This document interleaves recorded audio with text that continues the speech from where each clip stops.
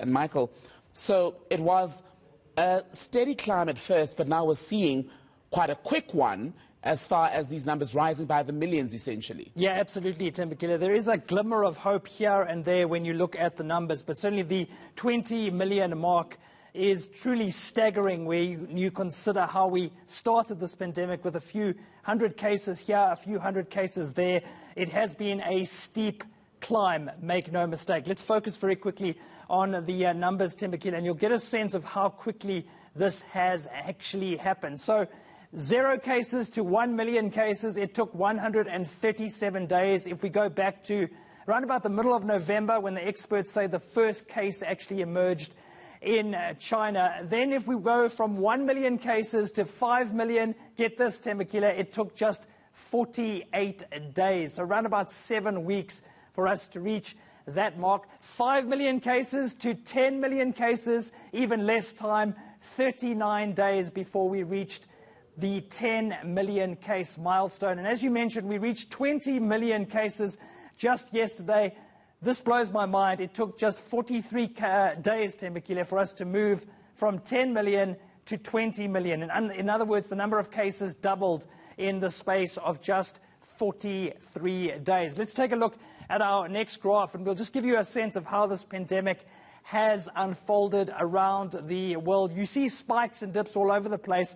On the 31st of July, we reached the highest number of daily new cases that we've seen during the course of this crisis. That was 290,000 cases. Thankfully, Thembekile, we have not reached that milestone again. The latest number I have for you, the 11th of August, we were at 247,000 new cases around the world. So a little bit of progress, perhaps a glimmer of hope, a glimmer of light at the end of the tunnel, in that the trend seems to be going downwards. But the experts warning, Thembekile, there is no reason to become complacent. Several countries, of course, in the northern hemisphere now enjoying their summer holidays, and that poses all sorts of risks in terms of infections. We've been having a lot of conversations today, Michael, about our various bans on liquor and tobacco, all related, of course, to our coronavirus picture. Where is South Africa standing in terms of the global picture? Yeah, absolutely. Let's take a quick look at our numbers in terms of the cases, Thembekile. So the 24th of July, a really important date for South Africa. We were hitting the 14,000 mark in terms of new cases, the highest that we've reached since the pandemic began here.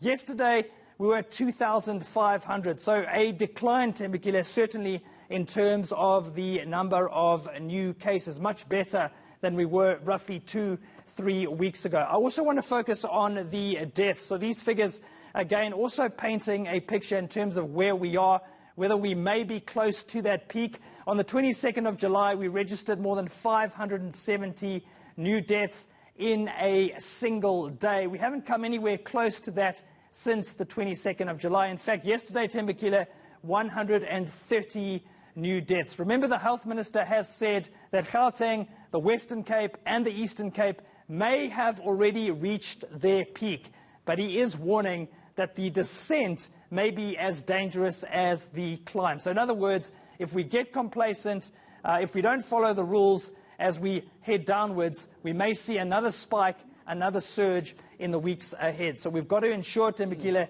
that we keep those hiking boots on and we maintain our grip on the sides of the mountain as much as possible. And it's wash your hands, wear a mask, and maintain a physical distance from those around you. Exactly what we're doing right now. Hello.